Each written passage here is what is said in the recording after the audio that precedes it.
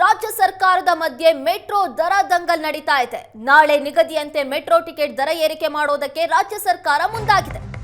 ದರ ಏರಿಕೆ ಮಾಡಿದ್ರೆ ಬಿಜೆಪಿಯಿಂದ ಪ್ರತಿಭಟನೆ ಮಾಡ್ತೇವೆ, ದರ ಏರಿಕೆ ಮಾಡಿದ್ರೆ ಪ್ರತಿಭಟನೆ ಮಾಡ್ತೀವಿ, ದರ ಏರಿಸಬಾರದು ಅಂತ ಕೇಂದ್ರ ಸಚಿವರು ತಿಳಿಸಿದ್ದಾರೆ. ಸುವರ್ಣ ನ್ಯೂಸ್ಗೆ ಸಂಸದ ತೇಜಸ್ವಿ ಸೂರ್ಯ ಹೇಳಿಕೆ ಕೊಟ್ಟಿದ್ದಾರೆ. ದರ ನಿಗದಿ ಬಗ್ಗೆ ಸಮಿತಿ ಮತ್ತೊಮ್ಮೆ ಪರಿಶೀಲಿಸಬೇಕು. ಕೇಂದ್ರದ ಮೇಲೆ ರಾಜ್ಯ ಸರ್ಕಾರ ಗೂಬೆ ಕೂರಿಸ್ತಾ ಇದೆ. ರಾಜ್ಯ ಸರ್ಕಾರ ದಿವಾಳಿಯಾಗಿದೆ ಅಂತ ಸಂಸದ ತೇಜಸ್ವಿ ಸೂರ್ಯ ಹೇಳಿದ್ದಾರೆ. ರಾಜ್ಯ ಮತ್ತು ಕೇಂದ್ರ ಸರ್ಕಾರದ ನಡುವೆ ಮೆಟ್ರೋ ದರ ಪಾಲಿಟಿಕ್ಸ್ ನಡೀತಾ ಇದೆ. ಒಂದ್ ಕಡೆ ಮೆಟ್ರೋ ದರ ಏರಿಕೆಯಿಂದ ಜನಸಾಮಾನ್ಯರಿಗೆ ತೊಂದರೆ ಉಂಟಾಗ್ತಾ ಇದ್ರೆ, ಅದರ ಮಧ್ಯೆ ರಾಜಕೀಯ ಕೆಸರೆರ ಚಾಟಕ್ಕೂ ಕೂಡ ಇದು ಕಾರಣ ಆಗ್ತಾ ಇದೆ. ರಾಜ್ಯ ಸರ್ಕಾರ ಕೇಂದ್ರ ಸರ್ಕಾರದ ಮೇಲೆ ಗೂಬೆ ಕೂರಿಸ್ತಾ ಇದೆ ಅಂತ ಸಂಸದ ತೇಜಸ್ವಿ ಸೂರ್ಯ ಹೇಳಿದ್ದಾರೆ. ಏಷ್ಯಾನೆಟ್ ಸುವರ್ಣ ನ್ಯೂಸ್ ಜೊತೆ ಮಾತಾಡುವಾಗ ಕೇಂದ್ರದ ಮೇಲೆ ರಾಜ್ಯ ಸರ್ಕಾರ ಗೂಬೆ ಕೂರಿಸ್ತಾ ಇದೆ. ದರ ನಿಗದಿ ಬಗ್ಗೆ ಸಮಿತಿ ಮತ್ತೊಮ್ಮೆ ಪರಿಶೀಲಿಸಬೇಕು. ಒಂದು ವೇಳೆ ದರ ಏರಿಕೆ ಮಾಡಿದ್ದೇ ಆದ್ರೆ ನಾವು ಪ್ರತಿಭಟನೆ ಮಾಡ್ತೀವಿ ಅಂತ ಸಂಸದ ತೇಜಸ್ವಿ ಸೂರ್ಯ ಹೇಳಿದ್ದಾರೆ.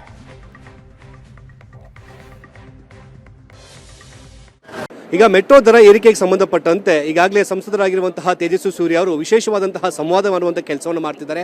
ವಿಶೇಷವಾದಂತಹ ಟಿ ಶರ್ಟ್ ಕೂಡ ಧರಿಸಿರುವಂಥದ್ದು.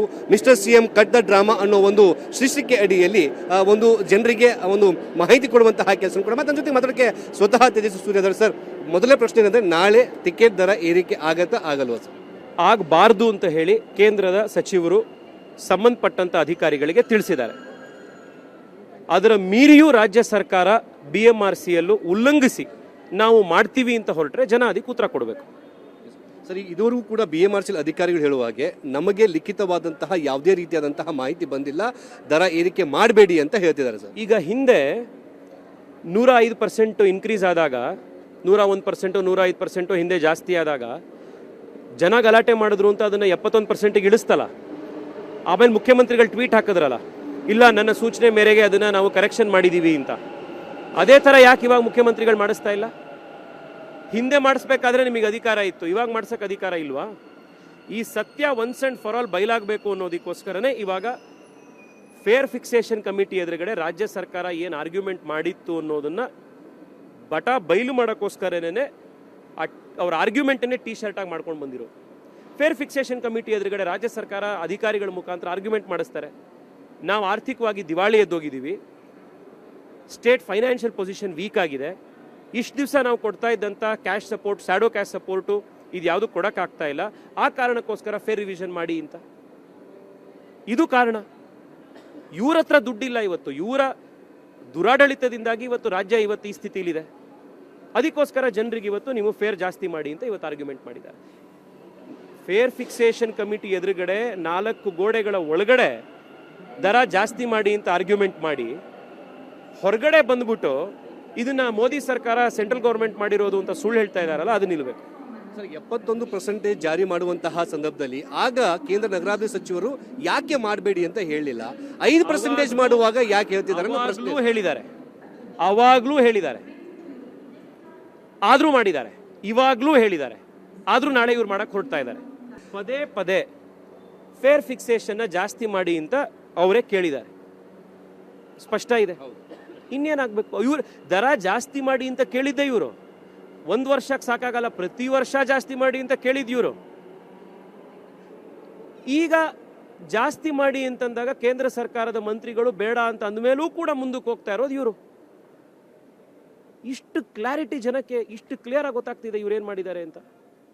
ಮುಂದೇನು ಸರ್? ಈಗ ಜನಜಾಗೃತಿಯ ಈ ಕೆಲಸ ನಾವು ಮುಂದುವರಿಸ್ತೀವಿ. ಇನ್ನೊಂದು 3 ತಿಂಗಳಲ್ಲಿ GBA ಎಲೆಕ್ಷನ್ ಬರುತ್ತೆ. ಗಾಯದ ಮೇಲೆ ಜನಕ್ಕೆ ಬರೆ ಹಾಕ್ತಾ ಇರುವಂಥ ಈ ಸರ್ಕಾರಕ್ಕೆ ಜನ ಉತ್ತರ ಕೊಡ್ತಾರೆ.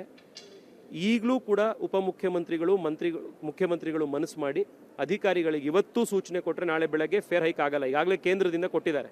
ಇವರು ಪ್ರತಿ ಸತಿ ಹೇಳೋದು ನಾವು 50-50 ಪಾರ್ಟ್ನರು ಅಂತ ತಾನೆ. ಈ 50% ಪಾರ್ಟ್ನರ್ ಈಗಾಗಲೇ ಒಬ್ರು ಹೇಳ್ಬಿಟ್ಟಿದ್ದಾರೆ ಕಡಿಮೆ ಮಾಡಿ ಅಂತ.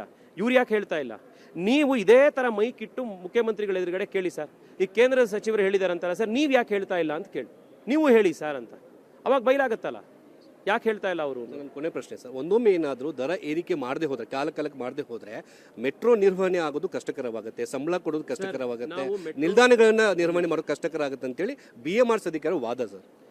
ಮೆಟ್ರೋ ಫೇರ್ನ ಜಾಸ್ತಿ ಮಾಡಬೇಡಿ ಅನ್ನೋದು ಯಾರ್ದು ಆರ್ಗ್ಯುಮೆಂಟ್ ಇಲ್ಲ. ಬಸ್ ಫ್ರೀ ಕೊಡಿ ಅಂತಿದೀವಲ್ಲ, ಕೊಟ್ಟಿದಾರಲ್ಲ ಇವರು ರಾಜ್ಯ ಸರ್ಕಾರ, ಆ ಥರ ಮೆಟ್ರೋ ಫ್ರೀ ಮಾಡಿ ಅಂತ ನಾವು ಕೇಳ್ತಾ ಇಲ್ಲ. ನೀವು ಬಸ್ ಫ್ರೀ ಮಾಡಿ ರಾಜ್ಯ ಸರ್ಕಾರ ದಿವಾಳಿ ಆಗಿರೋದ್ರಿಂದ ಮೆಟ್ರೋ ದರದನ್ನ ಜಾಸ್ತಿ ಮಾಡಿದೀರಾ. ಇದು ಒಂದು ಕೈಯಿಂದ ಕಸಿದುಕೊಂಡು ಇನ್ನೊಂದು ಕೈಯಿಂದ ಕೊಡುವಂತ ಈ ಡ್ರಾಮಾ ನಿಲ್ಲಿಸಿ ಅಂತ ನಾವು ಹೇಳ್ತಾ ಇರೋದು. ಕ್ಯಾಮರಾ ಪರ್ಸನ್ ನಾಗರಾಜ್ ಜೊತೆಗೆ ಮುತ್ತಪ್ಪ, ಏಷ್ಯಾನೆಟ್ ಸುವರ್ಣ ನ್ಯೂಸ್, ಬೆಂಗಳೂರು.